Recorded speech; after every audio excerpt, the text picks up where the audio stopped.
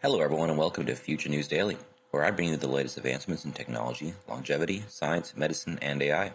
Today is Wednesday, January 25th, 2023. Don't forget to like, subscribe, and hit the notification bells. With that being said, let's get started.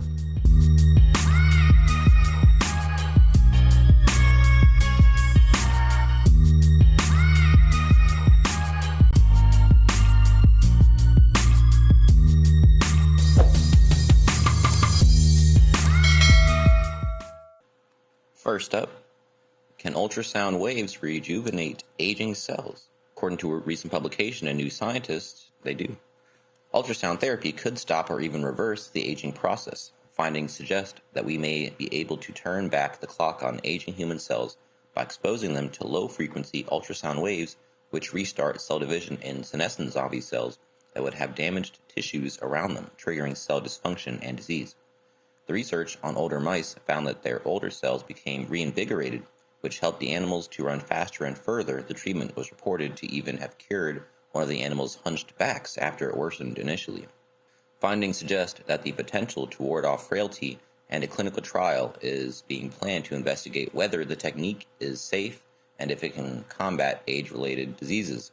Quote, "We treated it twice with ultrasound and it was back to behaving normally. I don't think rejuvenation is too strong a term," says lead author Professor Michael Sheets from University of Texas. According to a statement, zombie senescent cells accumulate in the body with age after the cells stop dividing.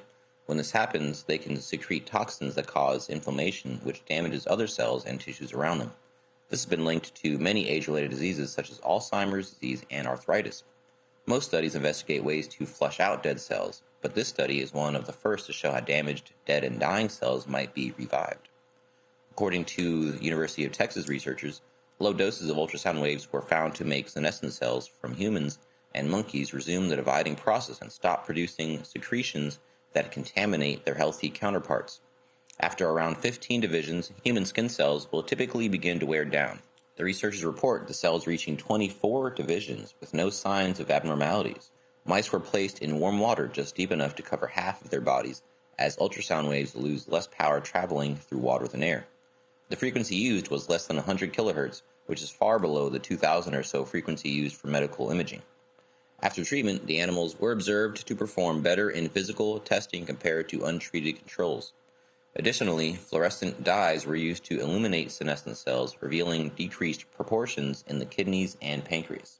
While more work is needed to define the effective ultrasound parameters and how the treatment rejuvenates cells, a possible biological explanation could be that the ultrasound therapy appears to physically distort cells, producing similar effects to exercise, and maybe reactivating an interior waste disposal system which dysfunctions in zombie senescent cells.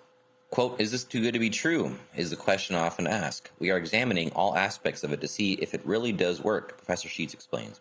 Aspects of this are still mystifying. Other studies using higher frequencies showed improvements in memory. A small trial is already underway to investigate the possibility of this being an invention for cognitive loss in those with Alzheimer's disease. Another trial is being planned involving participants with osteoarthritis and diabetic foot ulcers.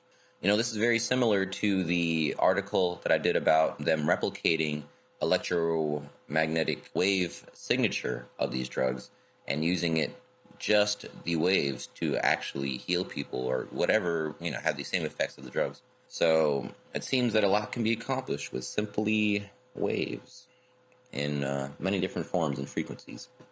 Moving from animal studies to humans, effective parameters need to be determined when applied to humans because our bones and lungs block ultrasound transmission. Although ultrasound has been used for decades for a wide range of treatments, any therapy that boosts cell division could increase the risk of cancer. But Professor Sheets says that his team has not seen any signs of it after treatment. Of course, as a disclaimer down here, as with anything you read on the internet, this article should not be construed as medical advice. Please talk to your doctor or primary care provider before changing your wellness routine. All right. Very promising and optimistic data here. So, I can't wait to see more trials on it and just more information on furthering in this sector of treatment. Next up, the food systems that will feed Mars could transform food on Earth. So it starts off, could we feed a city on Mars? The question is central to the future of space exploration and has serious repercussions on Earth. A lot of thought has gone into how astronauts eat. However, we are only beginning to produce food in space. Space launches are quite expensive, and with the growing desire to establish a human presence in space, we are going to have to consider food production in space. But the challenges are vast, requiring research into how plants respond to a variety of changes, including gravity and radiation. As food and agriculture researchers, we explored this question in our latest book, Dinner on Mars. We believe that a sustainable Martian food system is possible, and that in building it, we'll change food systems on Earth. However, this will take some out-of-the-box thinking. The basis of food systems on Mars would involve water harvested from the soil. Rovers have shown that there are small but significant amounts of frozen water in the crust, and cyanobacteria, often referred to as blue-green algae. On Earth, cyanobacteria can be a big problem as it grows in polluted waterways, causing eutrophication, a nutrient-induced increase in phytoplankton productivity in the water body.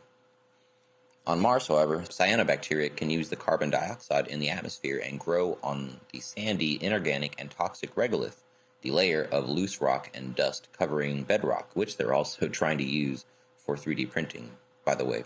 They're using this to produce the basic organic molecules on which the rest of the food system will rest. Cyanobacteria is capable of growing in Martian conditions, which has the very real added benefit of neutralizing extremely toxic chemicals called perchlorates. Perchlorates are laced throughout the Martian regolith and are toxic to humans in minute quantities. So having cyanobacteria provide a double duty of neutralizing the toxins while producing organic material will be a huge boon to any Martian community. Once bacteria are happily growing away under a Martian sky, they will provide nutrients needed to support luxurious crops of plants. A Martian city could be imagined as a lush green place with hydroponics and soil-bound crops filling tunnels, carpeting domed craters, and growing away in every unused corner. Advanced greenhouse technologies like vertical agriculture that create sustainable controlled environment will provide abundant leafy greens, vegetables, fruits, and specialty crops such as herbs, coffee, and chocolate. Carbohydrates might be in short supply, however, as they take up large amounts of space.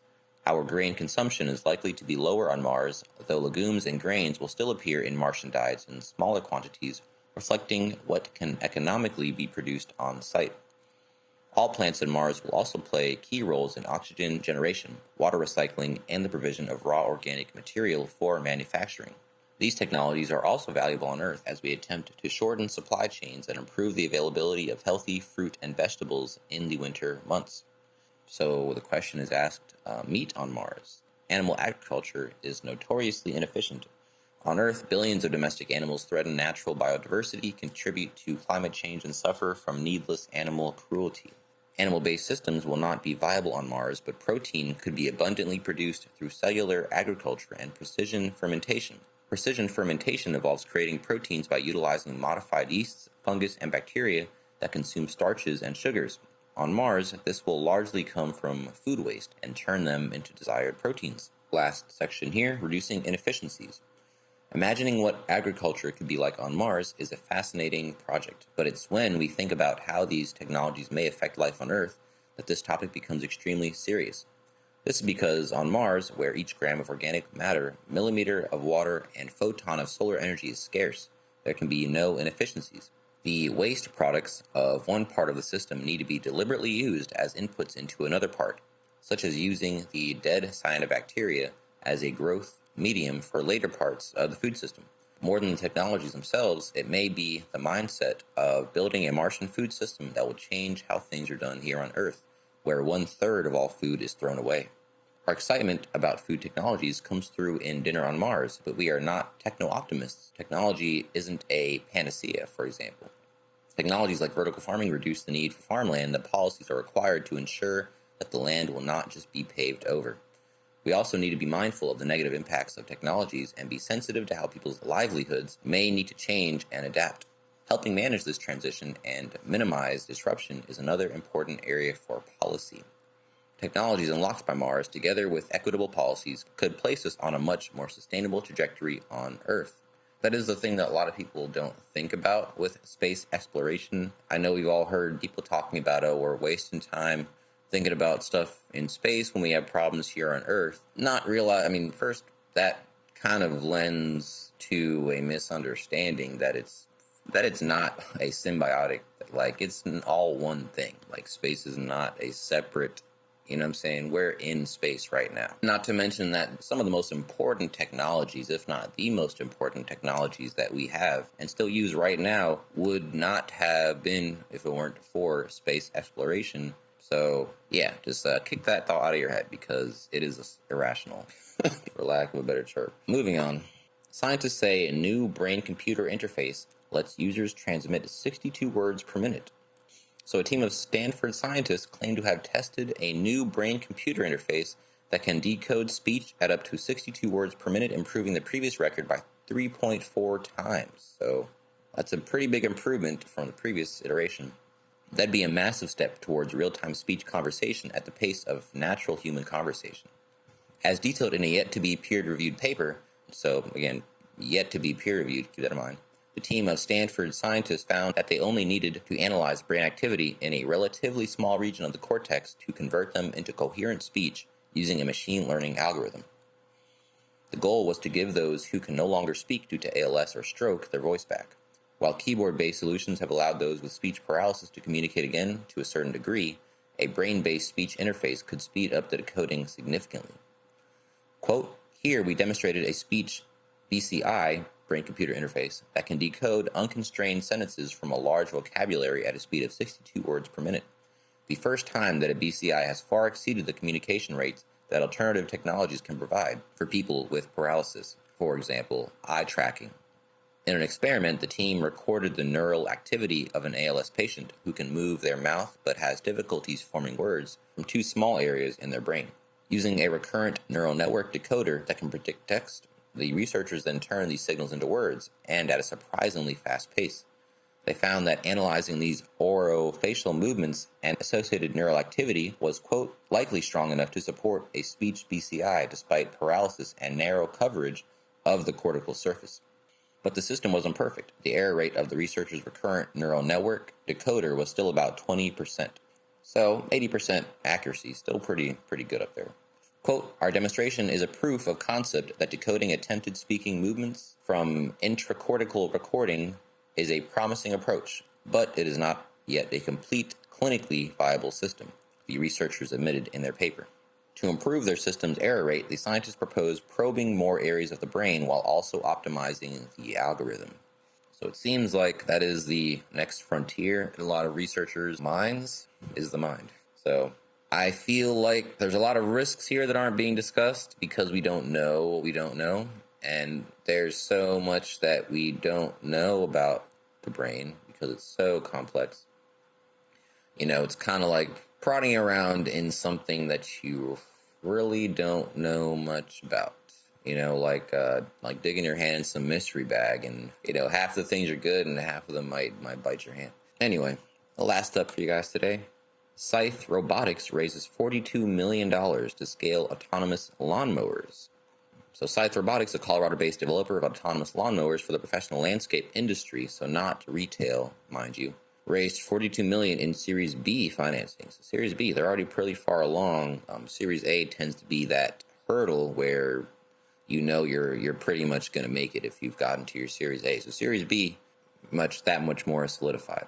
So the funding will help it meet its demand for more than 7,500 reservations for its all-electric, fully autonomous M52 mower. So they already have 7,500 reservations. This financing round brings the company's total capital raised to $60.6 million. According to the company, the Scythe M52 can mow all day on a single charge. It features a suite of sensors that enable it to operate safely in dynamic environments by identifying and responding to the presence of humans, animals, and other potential obstacles, so it won't be running over any pets or odd animals. Simultaneously, it captures property and mower performance data that helps landscapes improve workflow, identify upsell opportunities, schedule more efficiently, and manage labor costs. Very interesting here. The U.S. landscape business is apparently a $176 billion industry. About 2% of the continental U.S. is covered with carbon sequestering turf grass. But each gas-powered mower used to maintain green spaces today produces the same amount of air pollution in just 1 hour of operation as driving a car 300 miles. They're solving quite a big problem then. Quote, commercial landscaping electrification represents a massive but undercapitalized decarbonization opportunity, tackling more than 40 million metric tons of CO2 emissions annually.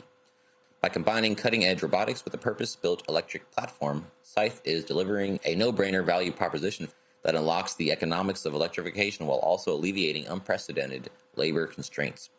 With increasing regulatory pressures on emissions and air pollution, we see Scythe playing an instrumental role in decarbonizing our nation's largest crop, grass.